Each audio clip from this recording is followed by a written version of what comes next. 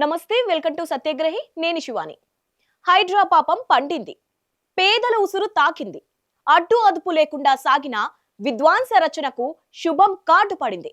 బడాబాబులు అడుగులకు మడుగులు ఒత్తుతూ బస్తీలను భయపెట్టిన విష సర్పం పీచమణిగింది. హైడ్రా అరాచక పాదాల కింద నలిగిన బాధితుల కన్నీటి ప్రశ్నలకు సమాధానం దొరికింది. అంతేనా? హిట్లర్ను ఆదర్శంగా తీసుకొని హిట్లర్ మెచ్చిన పేరు పెట్టాం అని చెప్పుకున్న నాయకుడికి కూడా హైకోర్టు గూబ గుయ్యమనిపించింది. అసలు రంగనాథ్ను తొలగించాలని హైకోర్టు ఎందుకు ఆదేశించింది? హైకోర్టు తీవ్రంగా స్పందించడం వెనక కారణాలేంటి? ఈ తీర్పుతో హైడ్రా పని ముగిసినట్లేనా?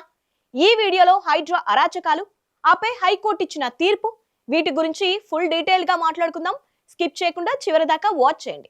తెలంగాణ రాజకీయంలో హైదరాబాద్ మహానగరంలో గత కొన్ని నెలలుగా తీవ్ర ప్రకంపనలు సృష్టిస్తున్న హైడ్రా వ్యవహారంలో ఒక ఊహించని మలుపు తిరిగింది. హైడ్రా కమిషనర్ రంగనాథ్ ను తక్షణమే పదవి నుంచి తొలగించాలని తెలంగాణ హైకోర్టు ఘాటు వ్యాఖ్యలతో ఆదేశాలు జారీ చేయడంతో ఒక్కసారిగా రాష్ట్ర వ్యాప్తంగా కలకలం రేగింది.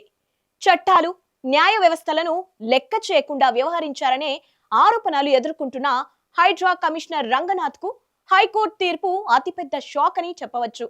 కోర్టు తలుపులు తట్టేందుకు కూడా సమయం ఇవ్వకుండా, కనీస ముందస్తు నోటీసులు లేకుండా రాత్రికి రాత్రే వేలాది ఇళ్లను కూల్చివేశారనే ఫిర్యాదులు కోర్టు ముందుకు వచ్చాయి. ఇందులో హైలైట్ ఏంటంటే ప్రజాస్వామ్యం గెలిచింది, హిట్లర్ పాలన ఓడిపోయింది అంటూ నగరంలో బాధితులు పానసంచా కాల్చి పండగ చేసుకోవడం. గతంలో కోర్టు స్టే ఇచ్చినా కూడా పోలీసులు బుల్డోజర్లతో దాడులు చేస్తూ అక్రమంగా కంచెలు వేశారనే ఆరోపణలు ఉన్నాయి. భూ యజమానులపై అక్రమ కేసులు పెట్టడమే కాకుండా ఎఫ్ఐఆర్ కాపీలు కూడా ఇవ్వకుండా తీవ్ర వేధింపులకు గురి చేశారని పిటిషనర్లు కోర్టుకు వెల్లడించారు. ఏకంగా 63 కోర్టు ధిక్కరణ పిటిషన్లు ఒక్క అధికారిపై దాఖలవ్వడం సాధారణ విషయం కాదు. కోర్టు ఆదేశాలను వరుసగా ధిక్కరించడంపై సీరియస్ అయిన తెలంగాణ హైకోర్టు రంగనాథ్ ను హైడ్రా కమిషనర్ పదవి నుంచి తొలగించాలని ప్రభుత్వాన్ని ఆదేశించింది. అసలు ఈ పరిస్థితి ఎందుకు వచ్చింది? హైకోర్టు ఎందుకంత పెద్ద డిసిషన్ తీసుకుందో ఒకసారి చూద్దాం.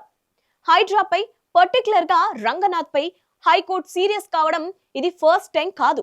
అంతకుముందు చాలా సార్లు హెచ్చరించింది. కోర్టు స్టే ఇచ్చిన విషయాల్లో కూడా హైడ్రా తలదూర్చి మళ్లీ కోర్టు ఉల్లంఘనలకు పాల్పడింది.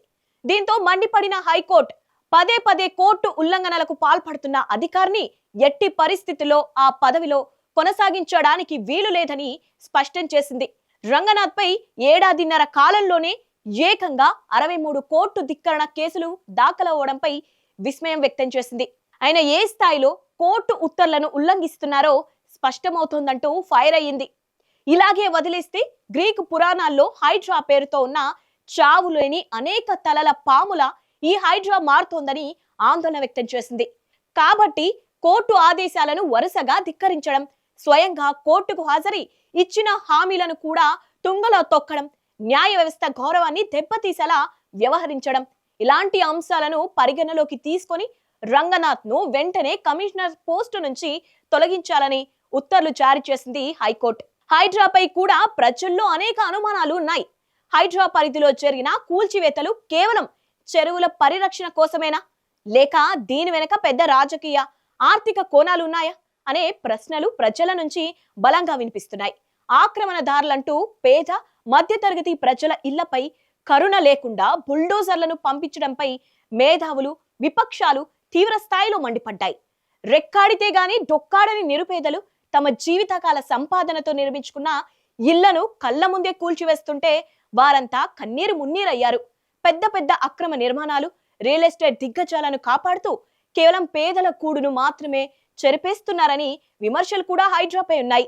నిబంధనలను పక్కన పెట్టి మానవత్వం లేకుండా ప్రవర్తించిన రంగనాథ్ పై అధికారుల తీరుపై తీవ్ర ఆగ్రహం వ్యక్తమైంది. ఇది కేవలం ఒక అధికారి వైఫల్యం మాత్రమే కాదు, సీఎం రేవంత్ రెడ్డి కూడా పూర్తి బాధ్యత వహించాల్సిందే. అసలు ఎవరి అండ చూసుకొని రంగనాథ్ కోర్టు ఉల్లంఘనలకు పాల్పడ్డారో కూడా తేలాల్సిందే. హైడ్రాను తన బ్రెయిన్ చైల్డ్ గా అభివర్ణించుకున్న రేవంత్ రెడ్డి దీనికి పూర్తి అండదండలు అందించారనే విమర్శలు ఉన్నాయి.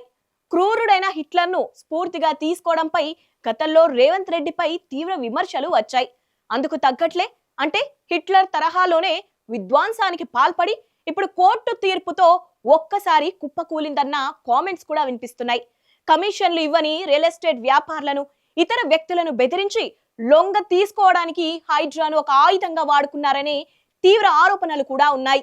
ప్రభుత్వం నుంచి వచ్చిన పూర్తి అండ చూసుకునే కమిషనర్ రంగనాథ్ చట్టాలను, న్యాయస్థానాలను సైతం బేఖతారు చేయకుండా వ్యవహరించారనే అభిప్రాయం వ్యక్తమవుతోంది.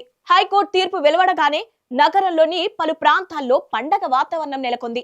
ప్రత్యేకించి రాజేంద్ర నగర్ నియోజకవర్గం గంధంగూడ పరిధిలోని మూసి పరివాహక విఘ్నేశ్వర కాలనీ ప్రజలు వీధుల్లోకి వచ్చి పటాకులు కాల్చి సంబరాలు చేసుకున్నారు.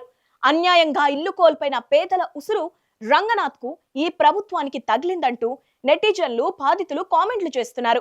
పెద్దలను వదిలేసి పేదల పొట్ట కొట్టారంటూ రేవంత్ ప్రభుత్వంపై ఒక రేంజ్ లో విరుచుకుపడుతున్నారు. చట్టాన్ని అతిక్రమించి పేదల జోలికొస్తే ఏ అధికారికైనా, ఏ ప్రజాప్రతినిధికైనా ఇదే గతి పడుతోంది. ఇప్పటికైనా ప్రభుత్వం కళ్ళు తెరిచి హైకోర్టు తీర్పును తక్షణమే అమలు చేయాలి, రంగనాథ్ను వెంటనే తొలగించాలి, అంతేకాదు హైడ్రానే క్లోజ్ చేయాలి అనే డిమాండ్లు వెల్లువెత్తుతున్నాయి.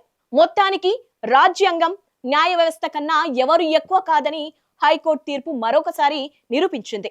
చెరువుల పరిరక్షణ మంచిదే, కానీ ఆ పేరుతో పేదల ఇళ్లపై కనికరం లేకుండా విరుచుకుపడి వారికి గూడు లేకుండా చేయడం క్షమించరాని నేరం.